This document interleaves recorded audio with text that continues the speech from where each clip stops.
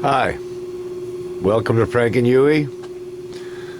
This is a D8B. That is, sorry for my cinegraphic lack of skills. Now, Frank and Yui.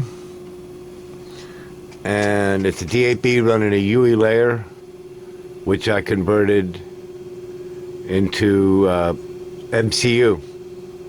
I'm going to tell you a little bit about Clinky's excellent extension for Reaper, and you can laugh at my videographic lack of skills and speaking. Okay, it's like any other control surface, just about.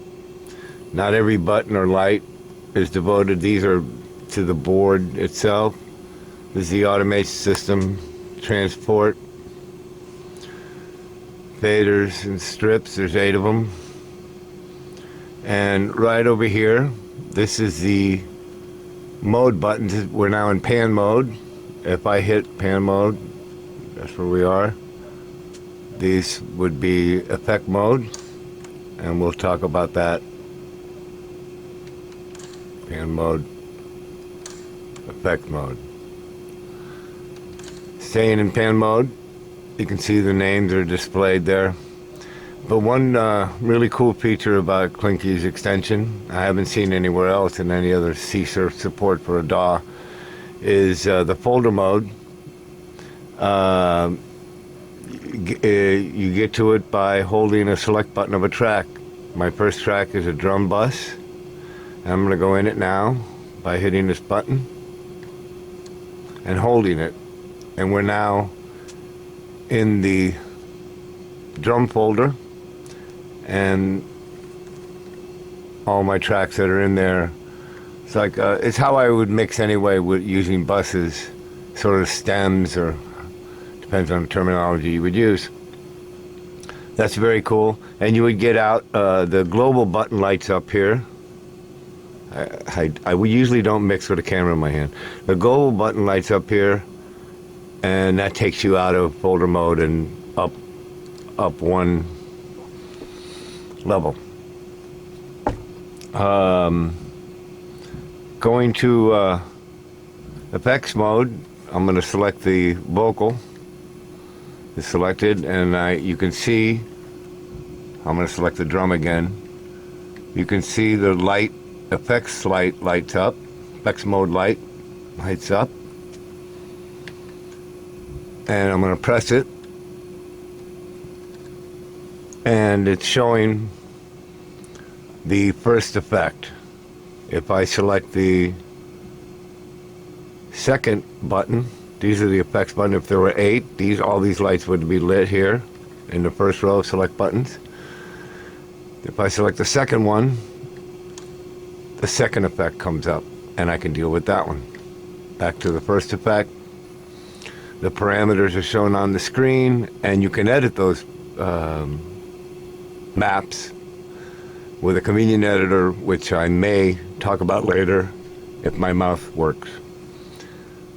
Staying with the editor here, these are the banks. These are the banks, those yellow buttons, and these red buttons are the pages within those banks. So if I press and hold bank 1 on the screen, I'll see I'm in page 7, so I'm going to go to page 1. That's bank 1, page 1, and it's named EQ frequency gain. If I go to bank 1, page 2, you can see, that was my finger, you can see that relevant information, and so on and so forth. So I haven't done this particular plugin as a map, but I'm working on it. That would be bank 3, page 2. Bank 3, page 2, and so on and so forth. As I said, that map hasn't been done. That's why those names. A lot of parameters in this particular plugin. Going back to pan mode, oh, here's a nice feature of Clinky's. If you press and hold pan mode, I can't do this with one hand. If you press and hold pan mode and move a parameter and then let go, it stays in effects mode. But since I don't have three hands, I can't describe it visually to you now. Let's see.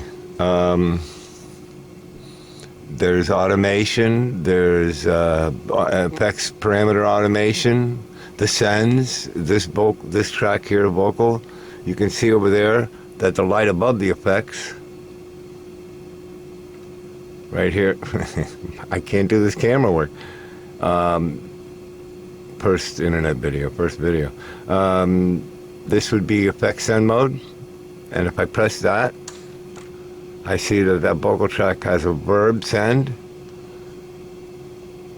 And if I press solo, it'd be a mono. I don't use that really because I'm a stupid. And this would change my fader, changes the send for the track. If I hit that verb, I go to the receiving track, which is verb, and I can control that here. And then back. And you can see the meters update, if I'm not mistaken. Yeah. Pretty cool. At least in my book. And I have some other stuff that I've done beyond, just because I'm a nerd. And, like use the D8B display to say cool things like that. If I can point the camera correctly. Kinky mode. And then I have the inputs. I'm working on that. If you press inputs, you go to all modes. And then these assign buttons. I think these are the F1 through F8 buttons on the MCU. They're called assign on my book. And these would be the top buttons of the VUs on an MCU. I don't have buttons on my VPods. And that's how you would assign the input to the selected track. I believe we had last selected the vocal track. And if I wanted to change its input, I would press here first.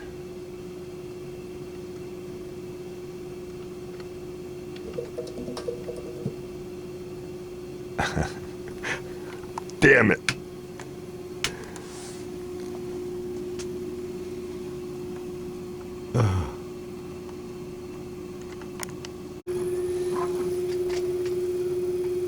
Okay, sorry about that, Chief. Now I got two hands back. I had to get a tripod. I just wanted to finish up on that input thing. I wanted to change the input on my drum bus. I would hit inputs, hit alt on my control. I have an alt button that just says this, and select mono input. Input's mono, and then let go of that and select the number 1 through 8, 9 through 16. So I'm going to put it on 3, hit enter, and that brings input 3, bring it back to 1.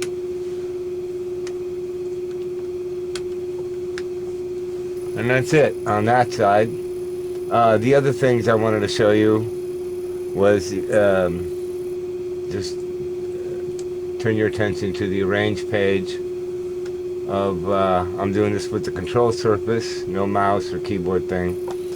And I'm going to go to marker 1 on my song. And I'm going to set a loop for a time selection and loop because they're connected for this particular marker, and that would be shift 2. I have it, and I'm going to hit loop. That turns my loop on and off. I have a dedicated button for that, and I have my loop. I could play it, and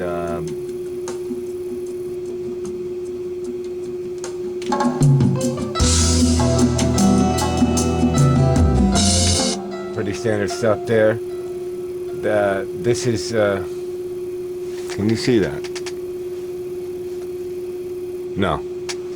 Well, anyway, that's some of what Klinke's extension can do, and a little tour of Frank and Yui. See you next time.